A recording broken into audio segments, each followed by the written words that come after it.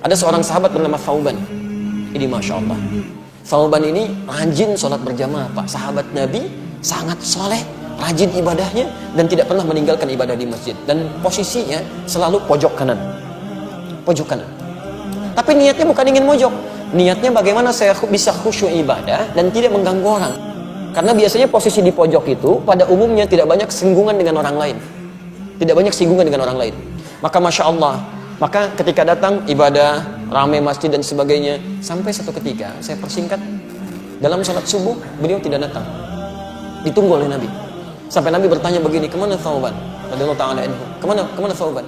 Tidak ada yang tahu. Sampai ketahuan oleh Nabi itu. Ini orang satu orang nggak datang aja, oleh Nabi ketahuan, di sebulan kemana nih? Nggak ada gitu. Tapi sahabat mengatakan, kami tidak tahu ya Rasulullah, kan? Apa yang terjadi? Ditunggu oleh Nabi. Saking seringnya sholat berjamaah, Nabi tidak ingin orang ini ketinggalan. Ditunggu sampai agak kemudian melewat, waktunya mulai berlanjut, diputuskanlah untuk dilakukan sholat. Ya, karena dikhawatirkan habis waktu subuhnya. Sholat ditunaikan, selesai menunaikan sholat, diputuskan untuk menengok sahabat tadi. Perhatikan, orang sering ke masjid, tidak ada di masjid, Nabi masih mengajak sahabat untuk menengok. Itulah jamaah. Anda tahu ketika menengok itu, ditelusuri jalan ke rumahnya, itu ternyata jarak yang ditempuh 3 jam. 3 jam. Nah, yang paling ingin saya sampaikan ketika ditengok, istrinya kemudian mulai keluar mengatakan, Tufiya zawji. Aina Thauban? Kemana Thauban? Kata Rasulullah SAW. Kata istrinya, Maqad tufiya. Dia sudah wafat. Meninggal. Lalu Nabi berkata, perhatikan kalimatnya, apakah ada yang terjadi sebelum dia meninggal? Tapi ini yang harus kita catat. Apa yang terjadi? Kata istrinya, saya tidak merasa ada yang istimewa, tapi saya tidak memahami 3 kalimat yang diucapkan. 3 kalimat. Bahaya apa itu? Nah, ini hikmahnya yang harus kita tangkap. Sebelum beliau meninggal dalam sakaratul mautnya, beliau mengatakan, kenapa nggak lebih jauh lagi, katanya. Kalimat pertama, saya tidak paham itu. Kalimat kedua, kenapa bukan yang baru, katanya kan? Kenapa bukan yang baru? Dan kalimat ketiga, kenapa tidak semuanya aja? Tapi Rasulullah SAW tersenyum, lantas menyampaikan, turun berita dari langit menyampaikan, teman-teman sekalian, ketika Thauban mengatakan kenapa tidak lebih jauh lagi, kita mesti pahami, sebelum seseorang meninggal dunia dalam sakaratul mautnya, itu akan ditampakkan keadaan amalnya.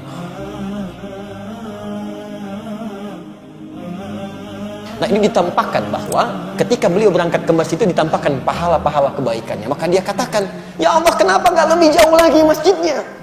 Sehingga ketika saya jalan itu mendapatkan lebih daripada itu. Bukankah langkah pertamanya mengangkat derajat di sisi Allah? Langkah keduanya menggugurkan dosa yang di bawah. Masjidnya tempatnya 25 lebih bagus daripada tempat biasa. Yang satu keduanya 500 tahun, dua ketiganya 500 tahun, tiga keempatnya 500 tahun. Kata sahabat Thauban, ya Allah, kenapa nggak lebih jauh lagi? Yang kedua, ternyata ketika musim dingin beliau berjalan, beliau menggunakan pakaian double. Yang paling dalam itu pakaian barunya, yang luar pakaian lamanya. Di jalan bertemu dengan seorang kedinginan, maka dilepaskanlah pakaian yang luar yang lamanya, dipakaikan pada orang tadi supaya tidak kedinginan.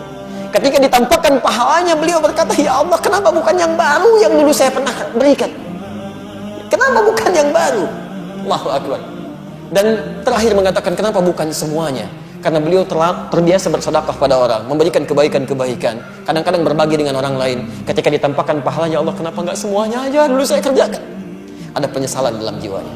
Anda bayangkan, seorang sahabat mulia saja masih menyesal dengan amalnya. Maka bagaimana dengan orang-orang yang belum sempurna kebaikan-kebaikannya seperti itu?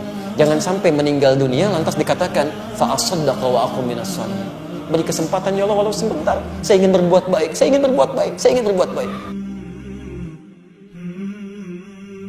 Zaman dulu tidak ada kendaraan bahkan untuk urusan sepeda. Kendaraan yang saya maksud bukan hewan. Sepeda nggak ada, motor nggak ada, mobil nggak ada. Jarak dari rumah ke masjid 3 jam. Yang masjidnya tidak ada karpetnya, langsung tanah. Yang tiang-tiangnya pelepah kurma, yang atapnya dari daun-daun kurma. Masih mau ke masjid dengan jalan kaki. Sahabat mulia, luar biasa, dekat dengan Allah, ke surganya begitu dekat. Jarak rumah ke masjid jauh dengan masjid seadanya, masih mau ke masjid menempuh langkah 3 jam. Dan masih ditengok oleh sahabat.